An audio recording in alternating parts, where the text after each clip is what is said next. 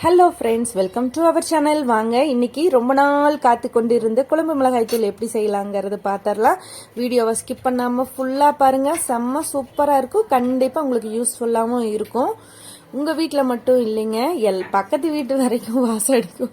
எப்படி எது செஞ்சாலும் இவ்வளவு சூப்பரா செய்யுங்க. காலையில களிக்கும் சரி, சாப்பாட்டுக்கு சரி, செம்மையா இருக்கு. என்னதான் மேஜிக் வச்சிருக்கீங்க? குழம்பு இவ்வளவு சூப்பரா இருக்கு. அப்படி என்னதான் செய்வீங்களா? என்ன மேஜிக் தான் வச்சிருக்கீங்களோ? இந்த மெத்தட்ல செஞ்சு பாருங்களே. விஜயலட்சுமி செய்யறது மட்டும் இல்ல, நீங்க செய்யறதும் செம்ம சூப்பரா இருக்கும். மார்னிங் புதினா டீயோட செம்ம சூப்பரான மேஜிக்கலான குழம்பு மிளகாய் தூள் எப்படி செய்யலாம்னு பாத்திரலாம். இந்த புதினா டீயோட ரெசிபியும் நெக்ஸ்டா போட்டுடலாம். வாங்க, ரெஃப்ரெஷ்ஷா இருக்கும்.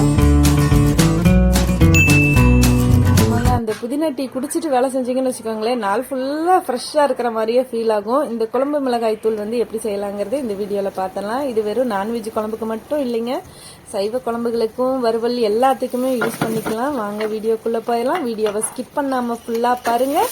இந்த மேஜிக் எப்படின்னு நான் உங்களுக்கும் சொல்லி கொடுத்தேன். வாங்க வீடியோக்குள்ளே போயிடலாம். இந்த ஒரு பொடி இருக்கிறது இருந்ததுன்னா வச்சுக்கோங்களேன், உங்களுக்கு சமையலே கொஞ்சம் ஈஸியாகவும் டேஸ்டியாகவும் முடிகிற மாதிரி இருக்கும். கண்டிப்பாக சொல்கிறேன். வாங்க வீடியோக்குள்ளே போயிடலாம். ஃபஸ்ட்டு ஸ்டவ் பற்ற வச்சு அக்னியாய சுவாகா சொல்லிடலாம். இந்த பில்டப்புக்கு ஒன்றும் குறைச்சல் இல்லை அப்படிங்கிற அம்மா எப்போவுமே நான் அப்படி தாங்க சாமி கும்பிட்டு தாங்க ஆரம்பிப்பேன். ஒரு நல்ல அகலமான ஒரு வானிலை எடுத்து வச்சுக்கிறேன். க்ளீனாக இருக்கணும், ஈரம் இருக்கக்கூடாது. இன்னைக்கு நான் 1/2 கிலோ மல்லி அந்த மெஷர்மெண்ட்டில் தான் உங்களுக்கு எல்லாமே சொல்லித்தர போகிறேன். அதனால் ஃபஸ்ட்டாக 1/2 கிலோ மல்லி வாங்கியிருக்கேன். நல்ல க்ளீனான மல்லியாக, அதாவது ரொம்ப பழைய மல்லியாகவும் இருக்கக்கூடாது, புதுசாக இந்த லைட்டாக பச்சை கலரில் இருக்கும், க்ரீனிஷாக இருக்கும், அந்த மாதிரியும் வாங்கக்கூடாது. நம்மளுக்கு மல்லினாலே என்ன கலர் இருக்கும்னு தெரியும் இல்லையா? இதுதான் இந்த கலரில் தான் இருக்கும். ரொம்ப கருப்பாக இருந்ததுன்னா பழைய மல்லியாக இருக்கும். அதே நேரம் ரொம்ப பச்சையாக இருந்ததுனாலும் கொஞ்சம், அதனால இந்த மாதிரி மல்லி எடுத்து க்ளீன் பண்ணிக்கோங்க. நீங்கள் எந்த டிபார்ட்மெண்டல் ஸ்டோரில் வாங்கினாலும் ஒரு தடவை க்ளீன் பண்ணிக்கோங்க. அதுக்காக கேமரா முன்னாடியாமா புடைப்பேன்னு பில்டப் பண்ணுறாமோ. ஓகே, க்ளீன் பண்ணிவிட்டு அதில் இருக்கிற தூசி துரும்பி எல்லாம் எடுத்துக்கிட்டு இந்த வானொலியில் போட்டு வறுத்து எடுத்துக்கலாம். அப்புறம் எல்லாமே ஈரமே இருக்கக்கூடாது. இந்த மாதிரி பெரிய கரண்டி ஒரு தட்டு எடுத்துக்கலாம், பெரிய தட்டு, பராத் தட்டு. ஏன்னா இது எல்லாம் வறுத்ததை போட்டு வைக்கிறதுக்கு எதுவுமே ஈரம் இல்லாமல் பார்த்து. இன்னைக்கு நான் எதுவுமே எண்ணெய் இல்லாமல் தான் வறுக்க போகிறேன். எல்லாமே வெறும் ட்ரை ரோஸ்ட்டு தான் பண்ண போகிறோம். இது வெயிலில் காய வச்சு கூட நீங்கள் அரைக்கலாம்.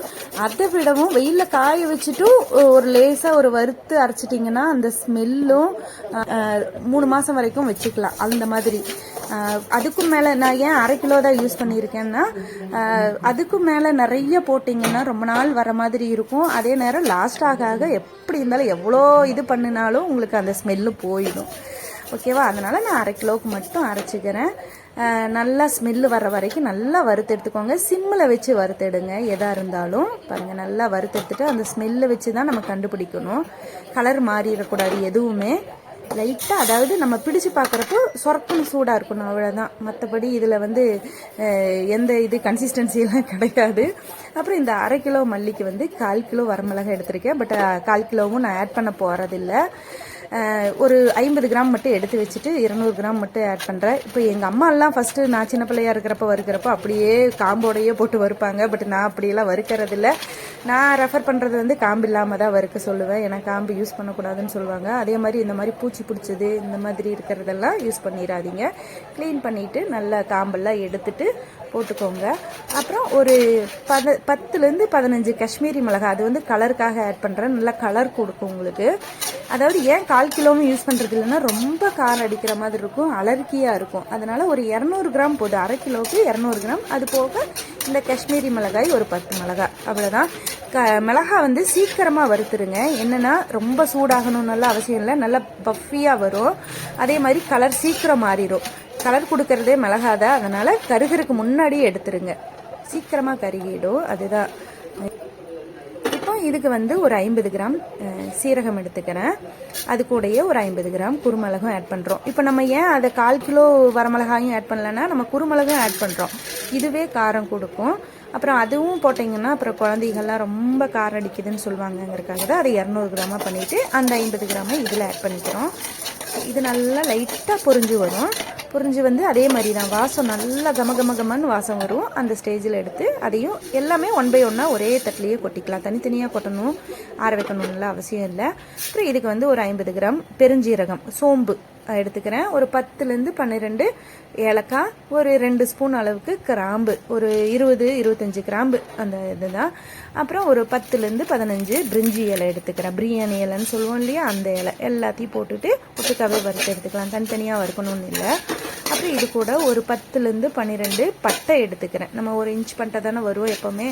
அது வந்து உடைக்கணும்னு அவசியம் இல்லை, நம்ம வறுக்கிறதுக்காக தான் உடைக்கிறோம். மற்றபடி வந்து எப்படி இருந்தாலும் மில்லில் கொடுத்து தான் அரைக்க போகிறோம்.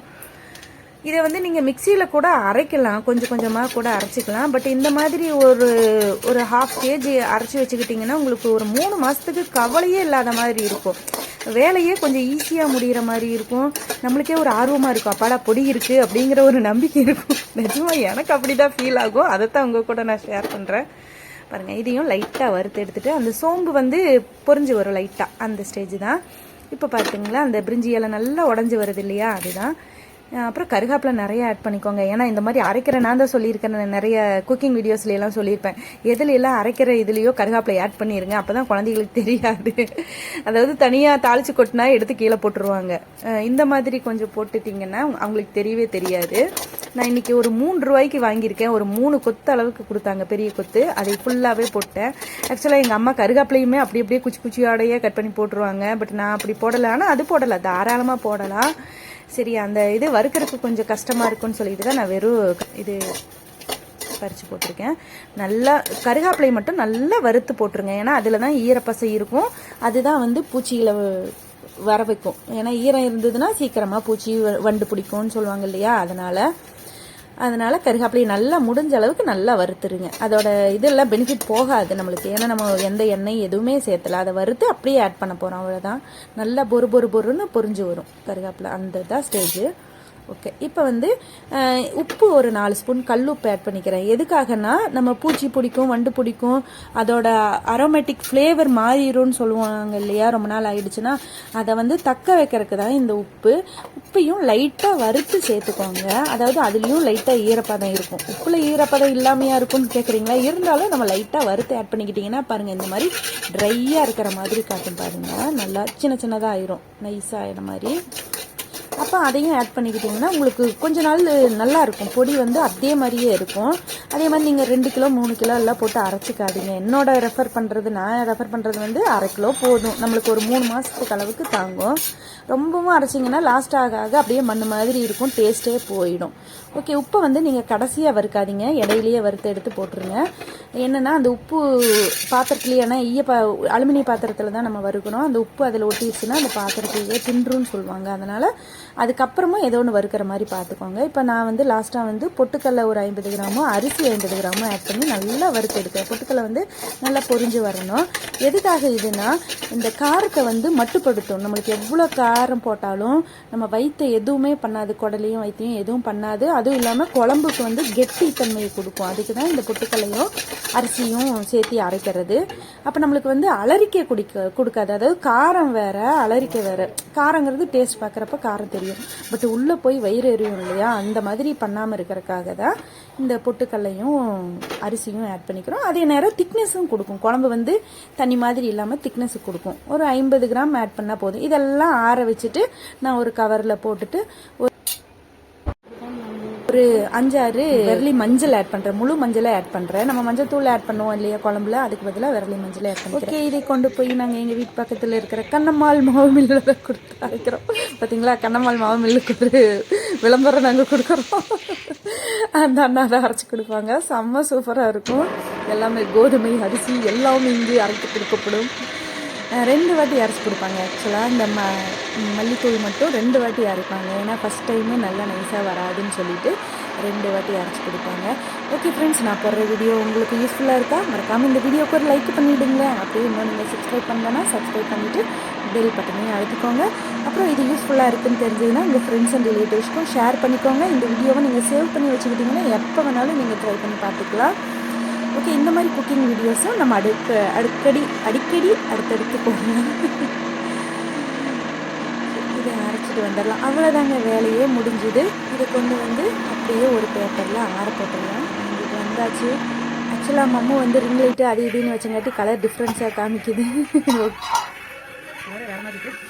கலர் இதுதான் ஆக்சுவல் கலரு. இது அப்படியே லைட்டாக பேப்பரில் போட்டு ஆற வச்சிடலாம். இது நான் சொன்ன மாதிரி அந்த வெறும் நான்வெஜ் குழம்புக்கு மட்டும் இல்லைங்க, நம்ம ஆல்ரெடி போட்ட இந்த மூளை வறுவல், சேனக்கிழங்கு கட்லெட் எல்லாத்துக்கும் இந்த பொடி தான் நான் யூஸ் பண்ணுவேன். அதனால ஒரு பொடி அரைச்சிக்கிட்டிங்கன்னா உங்களுக்கு நிறைய டிஷ் செய்யலாம். இது வாங்கிட்டு வந்து நல்லா ஆற வச்சு ஒரு கவரில் போட்டு, அப்புறம் சைவ குழம்பு செஞ்சேன்னு சொன்னேன் இல்லையா, சுண்டல் குழம்புக்கு பட்டாணி குழம்புன்னு சொல்வீங்கல்ல, அதெல்லாமே செம்ம சூப்பராக இருக்கும். நான்வெஜ் டேஸ்ட்டுக்கே வந்துடும். இதை வந்து அப்படியே யூஸ் பண்ணாதீங்க. ஒரு நல்ல கவரில் ஏர் டைட் கவரில் போட்டு லாக் பண்ணி வச்சுட்டு கொஞ்சமாக வேணுங்கிற அளவுக்கு மட்டும் எடுத்து ஒரு சின்ன ஏர் டைட் பாக்ஸில் போட்டு யூஸ் பண்ணுங்க. 3 மாதம் வரைக்கும் தாராளமாக யூஸ் பண்ணலாம். அதுக்கப்புறம் வந்ததுன்னா உங்களோட சாமர்த்தியம் தான். ஓகே, இதையும் ஓகே ஃப்ரெண்ட்ஸ், இந்த வீடியோ உங்களுக்கு யூஸ்ஃபுல்லாக இருந்திருக்குன்னு நான் நம்புறேன். நெக்ஸ்ட் வீடியோவில் மீட் பண்ணிடலாம். தேங்க்யூ ஃபார் வாட்சிங். பாய்.